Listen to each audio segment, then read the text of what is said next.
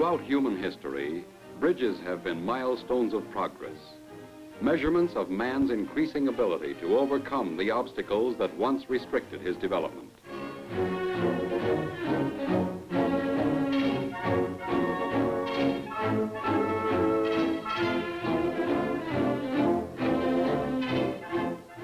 Today, a nation's progress depends to a large extent on an efficient and effective transportation network linked together by bridges designed to span every type of natural barrier.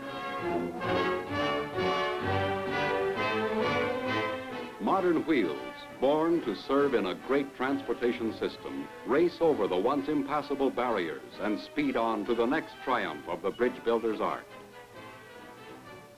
The development of our country owes much to the advance in the science of bridge building, which hastened the growth of our cities and of large sections of the country.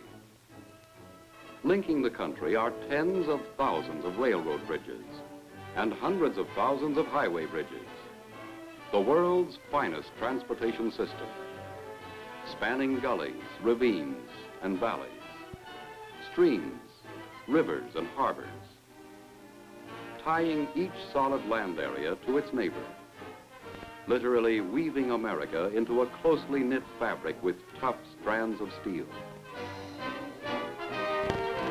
Monongahela and Allegheny rivers meet to flow westward as the Ohio, was the Pittsburgh of the city which George Washington considered the gateway to the West. Pittsburgh is today the city of bridges and the home of the largest and best-known builders of bridges, the American Bridge Division of United States Steel.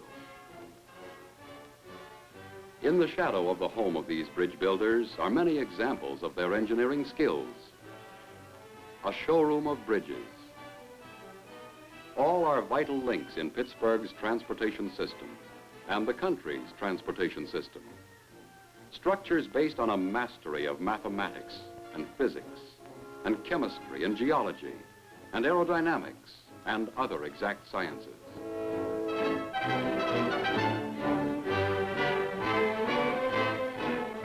The suspension bridge has been called the bridge of the future, since it is capable of meeting the demands for spanning greater and greater distances.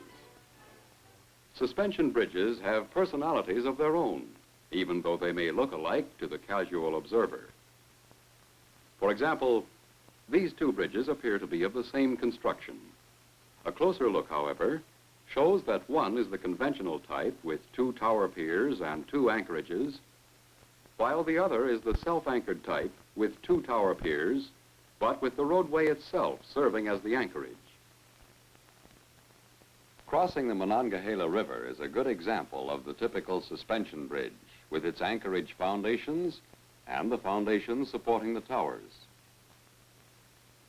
The main cables, built up of thousands of parallel wires, run from anchorage to anchorage and are draped over the towers for support. And from cable bands, spaced intervals, wire rope suspenders hold up the bridge below, hence the name suspension bridge. Spanning the Allegheny River are 3 examples of the self-anchored type suspension bridge, with 2 tower piers and no anchorage foundations. Their main supports are links of forged steel eye-bars, much like giant bicycle chains. The suspenders, too, are made up of eye-bars. As though lifting itself by the bootstraps, the main supporting chains are fastened directly to the longitudinal girders which carry the roadway. The construction of a suspension bridge is exciting and dramatic, a challenge to bridge designers, to the fabricators of the integral parts, to the steel workers who convert lines from a blueprint into living monuments of steel. Methods of construction often vary because each bridge must be individually designed to meet existing conditions.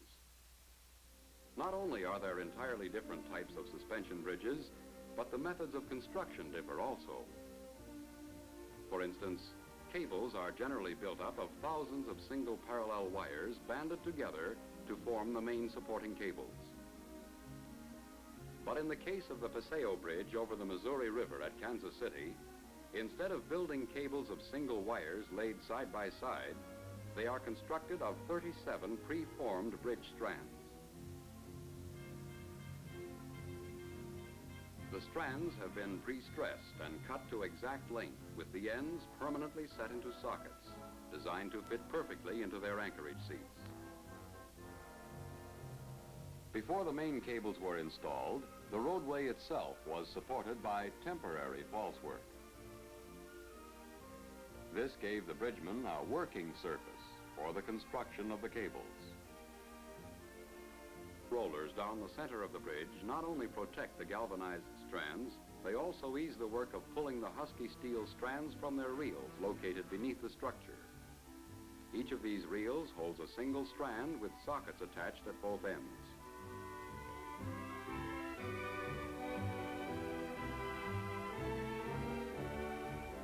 Each cable strand must be hoisted to final position across the saddles on top of the towers.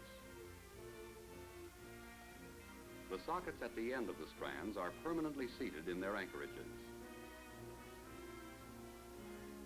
The pre-calculated length of each strand must be maintained if it is to exactly fit its anchorage.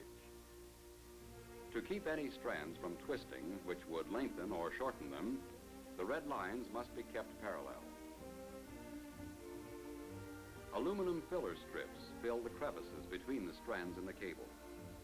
This makes for a smooth, rounded out surface so that the saddle will fit snugly around the cable. After sockets are locked in place, final adjustments are made to bring the strands to an exact predetermined tension. This is done at night when all the wires are at a more nearly uniform temperature. Information is telephoned from the center of the span to the crews at the anchorages. The precision and care of bridge construction is well demonstrated by the accuracy with which the cable strands pass over the saddle. A simple hydraulic compacting device squeezes the cable into its final size and shape, and the cable is temporarily banded. Engineers locate the exact positions where the cable bands are to be attached. Safety lines are a necessary precaution. After all, bridgemen aren't birds. Special aluminum castings give a smooth, firm base for the cable bands.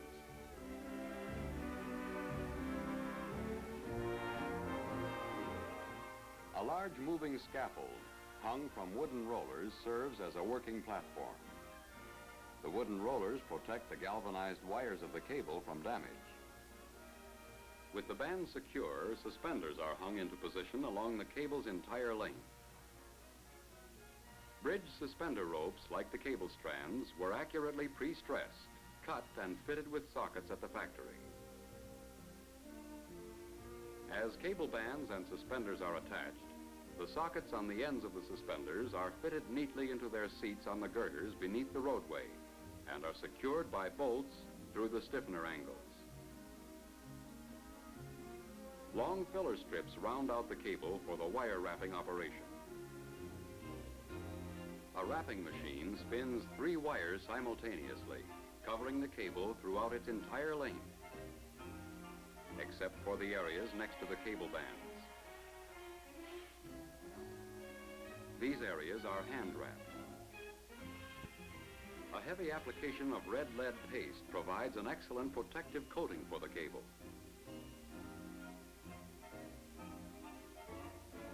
The beginning of one spool of wrapping wire is neatly butt welded to the end of the previous spool. The splice is then heated and regalvanized for permanent protection.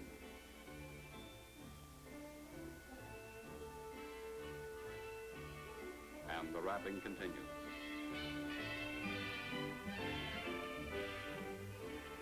After the last suspender socket is fastened to its seat on the girders, the temporary falsework supporting the roadway is removed. And there you are. A true suspension bridge with the road hung from above. A road suspended by steel wires and man's ingenuity. There was an even greater challenge in erecting the Delaware Memorial Bridge, spanning the Delaware at Wilmington. linking the states of Delaware and New Jersey. To span this river, the engineers designed the conventional suspension bridge with 2 anchorages and 2 tower piers. Conventional? Yes, but unusual in many details. The construction of the tower piers and anchorage foundations was a king-size engineering feat. For instance, the West Anchorage, built by the open dredge caisson method, was the largest caisson in cross-section ever built and contained 60 dredge wells, each 15 feet in diameter. A cofferdam was used in the construction of the East Anchorage. The massive piers, built of many tons of steel and concrete, make a solid base for these eye-bars to which the main cable strands will be anchored. They look like clusters of giant needles awaiting their threads of steel. As soon as the tower piers were completed, the steel tower construction was started. Floating derricks erected the lower sections and the vertical traveler. As the work progressed, the vertical traveler moved upward to set the heavy tower sections. These are the main vertical supports for the span. The towers rise to the height of a 45-story building above the bottom of the piers. That's about as high as the home office of American Bridge. Naturally, before beginning to build up the cables, there must be a safe footing for the workmen. To provide this safe footing, 2 catwalks supported by 8 prefabricated wire bridge ropes, 2 inches in diameter, are strung over the 2 towers linking the anchorages. This was the only operation during the erection of the bridge, which temporarily held up river traffic. During the rest of construction, ships went up and down the river as usual. The Delaware is a busy river. These catwalks, invented by American bridge engineers, are made of cyclone chain link fencing, supported by wooden cleats attached to the catwalk cables. This type catwalk has been used on many major suspension bridges in this country. It unfolds readily, like accordion pleating, and actually becomes a temporary suspension bridge, a sort of harbinger of the real thing to follow. The cables holding up the catwalks serve another purpose. Eventually, they go back to the factory, are cut to length and socketed to form the suspenders for the main bridge. Cable hand railings stretched along wooden posts on both sides of the catwalks give the men additional protection. These men are constantly working in the shadow of the slogan, "Safety First," coined many years ago by United States Steel. On a job like this, you have to reckon with wind. So a web of temporary cables is put up to resist the movement of the catwalks. Then, to steady them further, temporary struts tie the 2 catwalks together. The struts, placed at the center and quarter points, make them more rigid.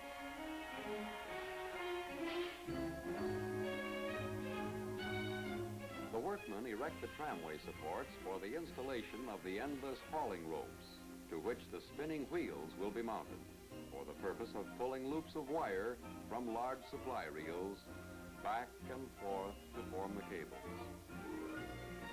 To speed up cable spinning, double-grooved wheels are pulled across the river by the endless cables of the tramway system. Each wheel lays 4 wires on every trip.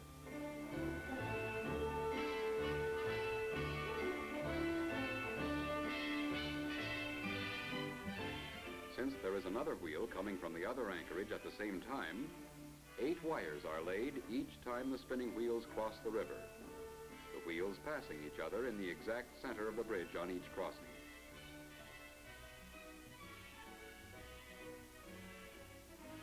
The spinning wheels dip sharply over the cable bend and go down to the anchorage. Here, the wires are looped over the fittings attached to the eye-bars.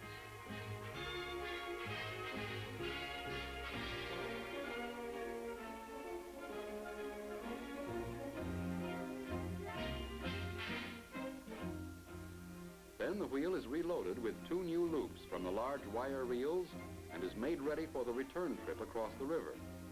And of course, the same transfer is made at the anchorage on the other side of the Delaware at the same time. The The workmen receive the two lower wires of the loop, called dead wires, from the spinning wheel and place them into the strand. As each strand is completed, temporary bands hold the wires in place. The spinning wheels travel at a pretty good clip. To warn the busy men on the catwalks of their approach, a cowbell attached to the wheel rings a constant alarm.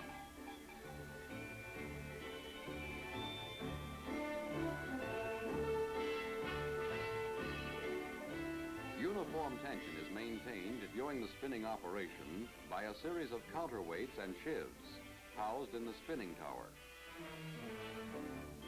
There is not much time lost between reels.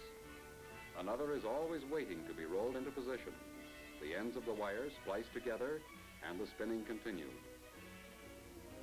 In splicing the wires, an ingenious device is used. A steel sleeve with right and left hand threads draws the threaded ends together. As the ends are beveled, they will interlock and thus prevent accidental unscrewing. According to the prearranged schedule, the 16-ton reels are trucked from the wire plant, loaded onto barges by locomotive crane, then towed to the bridge anchorage, assuring a constant supply of wire throughout the spinning operations. The cable reels are hoisted to a working platform on top of the anchorage. Work continues even during the cold winter months. The spinning doesn't stop, even for darkness. The day crew leaves, another picks up the work under the floodlights. Spinning, constantly spinning, night and day, around the clock. While struts and temporary cables help steady the catwalks, sometimes the main cables have to tussle with the bridge builder's greatest annoyance, the wind. Just as important as logistics in wartime is the storing and delivering of materials for bridge construction. The municipal dock at Wilmington, with its many acres of storage area, served as the depot for the receipt and transfer of the many tons of material needed for this bridge. And loaded with this material is the inevitable barge, always waiting down below, with just what is needed above. This is not exactly what we'd call an architectural gem, but this snug shell protects the hoisting engineer from the icy blasts while he keeps the reels of wire moving so that the spinning can go right on, night and day, up from the anchorage, over the cable bend, and off across the Delaware. The wheels shuttling back and forth, laying down wires. 436 of them building up into a single strand. 19 strands paired off with 19 eye-bars, and the 19 strands converging into a single giant cable of 8,284 wires, waiting to be banded together permanently. Before banding, the main cables must be compacted to their final size. During this process, the catwalks were hung from the main cables, while the 2-inch wire ropes which had previously supported the catwalks were returned to the wire plant for conversion into suspender ropes. The cables are now ready to receive their cable bands. Workmen using chain hoists lift the bands to trolleys which roll them to their positions. Each cable band from which suspenders are to be hung was designed for its particular location on the main cable. The cable bands are securely attached over a coating of red lead paste and then tightened with sturdy bolts. The 2-inch suspenders, which were cut from the original catwalk cable, are attached to the cable bands, the ends left dangling until their trusses are ready down below. The suspenders do not have long to wait. While they were being installed, steel cords, diagonals, and verticals were assembled at the depot and riveted into large truss sections 20 feet deep, loaded aboard barges, and floated to the bridge site. The erection of the roadway trusses starts at the towers and works outward in both directions at the same time.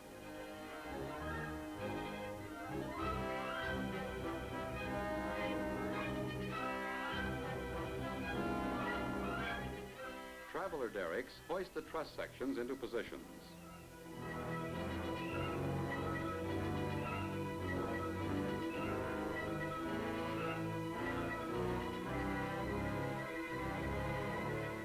longitudinal roadway trusses are tied together with heavy transverse trusses known as floor beams.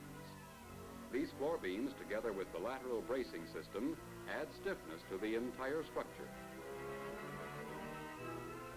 The traveler derricks work their way to the center and are ready to close a span of 2,150 feet with the last truss sections.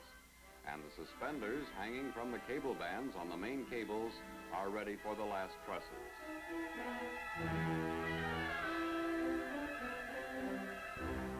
And here is one of the last cord sections decorated with briskly flying stars and stripes, the bridgeman's symbol for closing the span.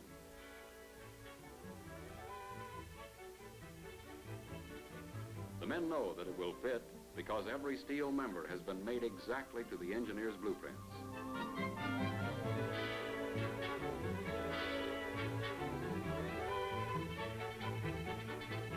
On bridge work, all members are temporarily connected with drift pins and bolts, which are later replaced with rivets.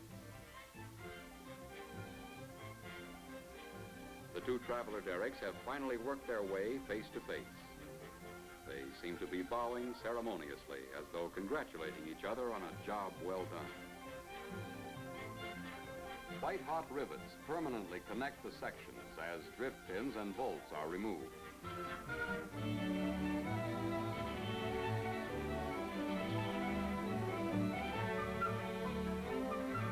One of the last cord sections slides into place. The slings are removed. This is hardly the place for anyone who is jittery. It takes courage plus to be a bridgeman, but these fellows are no more concerned about their perch high up over the cold Delaware below than if they were playing a game of gin rummy in the tool shanty. It's their job. One of the last verticals is set into position, and at the upper end, the suspender is seated. Another vertical going into position. All in a day's work, a bridgeman's work, that is. Straight up so that he can place the suspender in its seat.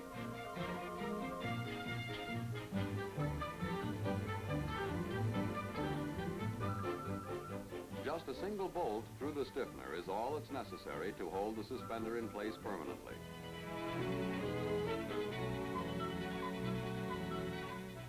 These men are too busy to gaze at the ships below. Besides, there's always another one on the way. After the verticals are in place, the diagonals are set. A little fancy footwork helps, and the spud wrench finds the matching hole.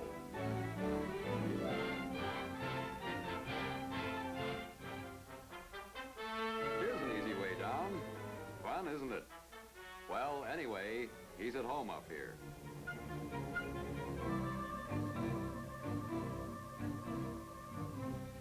Double wire rope slings not only provide additional safety, but also the member is in the exact position desired by the workman above. With the verticals and diagonals all set, the structure is ready to receive the top cords. The gusset plates receive the ends of the diagonals and verticals, then the last section is set into place. Another straight up climb, and the vertical is connected to the top cord.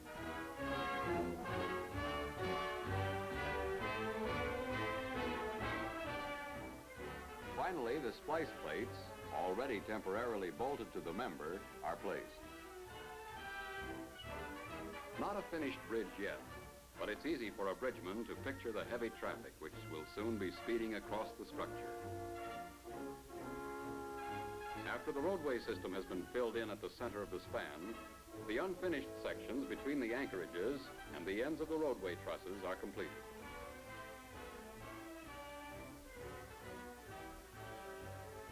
A wrapping machine, similar to the one used on the Paseo Bridge, covers the main cable with a tight-fitting steel wire overcoat.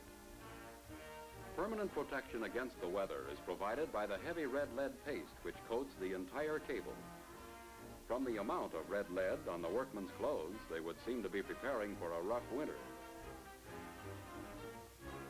From a distance, it's difficult to judge the massive sizes of the individual members of a suspension bridge. Add to the main suspension bridge the deck girders, the deck truss approaches and overpasses at its terminals, and you get a good idea of the teamwork among all the men and the many firms, large and small, who played a part in making the bridge a reality.